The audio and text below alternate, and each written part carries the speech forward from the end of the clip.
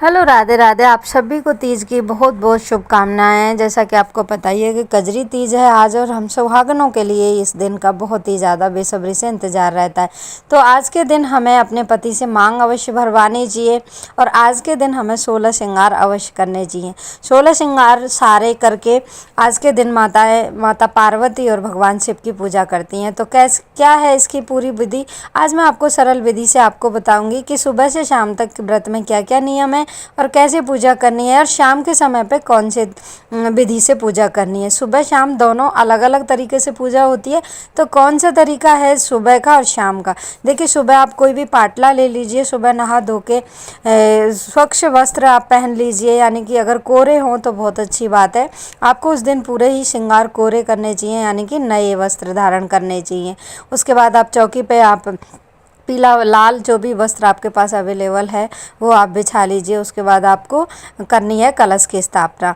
आपको कलश रख देना है। कलश के ऊपर आपको चावल से भरे हुए या गेहूं या जौ से भरे हुआ कोई भी एक प्लेट रख देनी है या बर्तन रख देना है। उसके ऊपर आप दिया जला दीजिए। उसके बाद गणेश भगवान की जो आप रेगुलर पूजा करते हैं वो गणेश भगवान आप रख लीजिए।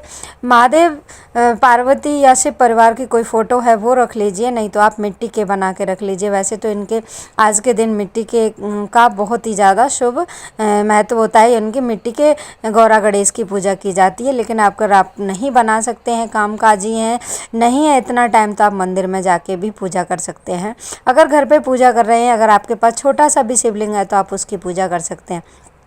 आप सुपारी से माता गौरा बना लीजिए, क्योंकि गौरा माता की जो पूजा होती है वो सुपारी के रूप में भी ब्राह्मण करवाते हैं। जब हम कोई भी पूजा रखते हैं तो आप गणेश जी भी बिठा दीजिए और माता गौरा। तो देखिए, मैंने सुपारी से माता गौरा और गणेश जी बना दीजिए हैं, और शिवलिंग मेरे पास था, तो मैंने ना इन तीनों परिवारों को, शिव परिवार को यहाँ पे समर्पित बिठा दिया था। आप ना उनके ऊपर पुष्प अर्पित करिए, गंगा जल से उन्हें स्नान करवाइए। उसके बाद उन्हें चंदन से तिलक लगाइए। माता गौरा को सिंदूर से आपको तिलक लगाना है। तिलक लगाने के बाद आप अक्षत उन्हें डाल दीजिए, मैंने अक्षत समर्पित कर दीजिए। और माता गौरा को एक हल्दी की गांठ अवश्य, आप 1 रुपया या हल्दी की गांठ अवश्य समर्पित करिए, क्योंकि माता जो है वो अन्न का भंडार भरती है। उसके बाद हमें जनेऊ समर्पित करना है। गणेश जी को जनेऊ समर्पित कर दीजिए, शिव शंकर भगवान को समर्पित कर दीजिए, और माता गौरा को आप लाल चुंदरी समर्पित करिए। और नहीं, अगर आपके पास लाल चुंदरी है या छोटी है माता नहीं पहना सकते, तो हम वस्त्र स्वरूप का लावा उन्हें समर्पित कर देंगे। उसके बाद हमें धूप दीप दिखा के आरती करनी है, पुष्प समर्पित करने हैं। पुष्प से आप उनका एक सुंदर सा मंडप भी सजा सकते हैं, कोचिंग पूरी चौकी सजा सकते हैं, या फिर आप जितने फूल माला वगैरह है वो भी आप चढ़ा सकते हैं। अगर आप माला वगैरह लाए हैं तो वो भी आप भगवान को अर्पित कर दीजिए। और उसके बाद आपको ऋतु फल लेने हैं, कोई भी ऋतु फल, और आप भगवान को चढ़ा सकते हैं। उसके बाद आपको खीरा अवश्य चढ़ाना है, क्योंकि आजकल खीरे का बहुत ज़्यादा महत्व चल रहा है, और ऋतु फल भी आसानी से मिल जाता है, वो अवश्य चढ़ाइए। उसके बाद आपको भगवान को माला पहनानी है, और उनका माला पहनाने के बाद उनको आप भोग लगा दीजिए जो भी आपने बनाया है। जैसे तो इसमें तो ना आपको गुंजिया का भोग लगाना होता है, सत्तू का भोग लगाना होता है, या फिर आप कोई भी मिठाई का भोग भी लगा सकते हैं। अगर कुछ भी नहीं है तो आप गुड़ का भोग भी लगा सकते हैं। मैंने यहाँ पे लड्डू का भोग लगाया है, उन्हें लड्डू का भोग लगा दीजिए। भोग लगाने के बाद आपको श्रृंगार की सामग्री माता को अर्पित करनी, यानी कि सबको छुआ छुआ के आपको रख लेना है।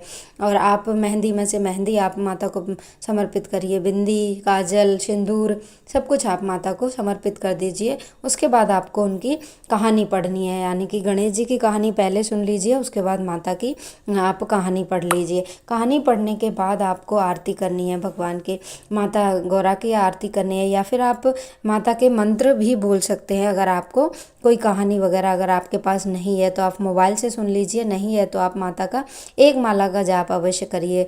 त्र्यंबकम यजामही सुगंधिम पुष्टिवर्धनम पूर्वारुक्मे वंदनात् मृत्युर्मुक्षमामृतात्। भगवान भोलेनाथ का हो गया है।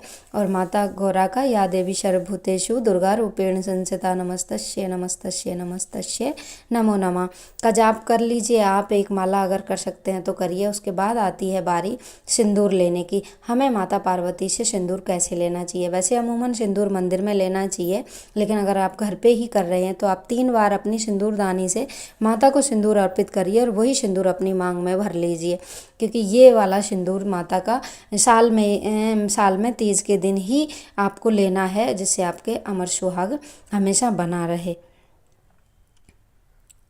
पूरे दिन आपको निर्जल रह के व्रत कर सकते हैं तो बहुत अच्छी बात है। अगर नहीं रह सकते हैं तो आप दिन में कोई भी फलाहार कर लीजिए, लेकिन शाम की पूजा इसमें बहुत ज़्यादा विशेष होती है। शाम की पूजा आपको सेम वैसे ही करनी है अगर आप घर पे कर रहे हैं, नहीं तो आप मंदिर में अवश्य जाइए।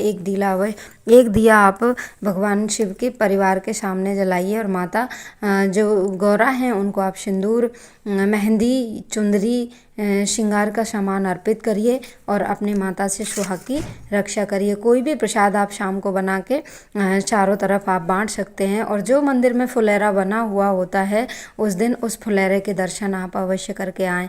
आप घर पे वैसे ही अगर पूजा रखना चाहते हैं तो आप घर पे ऐसे ही पूजा रखें और उसके बाद आपको हवन करना है। छोटा सा आप हवन, माता की 5 आहुतियाँ आप दे दीजिए माता गौरा के नाम से, शिव जी के नाम से, और उसके बाद आपकी पूजा, आप चंद्र को अर्घ दे के अपने पति की पूजा करने के बाद आप ये व्रत खोल सकते हैं। उसके बाद जो चढ़ाया हुआ सामान है वो किसी ब्राह्मणी को या अपनी सास, ननद या घर में जो बड़ी हैं उनको पैर छू के आप स्पर्श करके दे दीजिए। उस दिन आपको जब चंद्रमा की पूजा करनी है तो आपको अर्घ में जो आप पानी का लोटा आप ले रहे हैं उसमें आप दूध और चीनी थोड़ी सी मिला के और फिर भगवान को अर्घ दीजिए, सूर्य देव को। और उसके बाद पति का मुख देख के उनके हाथों से पानी पीने के बाद आप अपना निर्जल व्रत तोड़ सकती हैं। ये था आपको पूजा की पूरी विधि। और आपको अगर वीडियो पसंद आई हो तो लाइक, शेयर, सब्सक्राइब जरूर करें और लोगों को भी बताएं कि शाम की पूजा में क्या करना है। आपको हलवे का प्रसाद बना के सब जगह अगर आप बांट सकते हैं तो आज के दिन आप माता रानी की कृपा प्राप्त कर सकते हैं बहुत ही सरल विधि से। आई होप मैंने बहुत ही सरल विधि से आपको समझाने की कोशिश की। बहुत ज़्यादा आडंबर इसमें नहीं था, नॉर्मल ये पूजा थी। ये कोई भी घर पे कर सकता है। अगर आप व्रत नहीं रख रहे हैं तो आप ये व्रत अवश्य रखिए। व्रत नहीं रख रहे हैं तो आप पूजा अवश्य करिए। अगर पूजा नहीं कर रहे हैं तो आप मंदिर अगर जा सकते हैं तो जाइए और भगवान भोलेनाथ के दर्शन करके आइए। राधे राधे।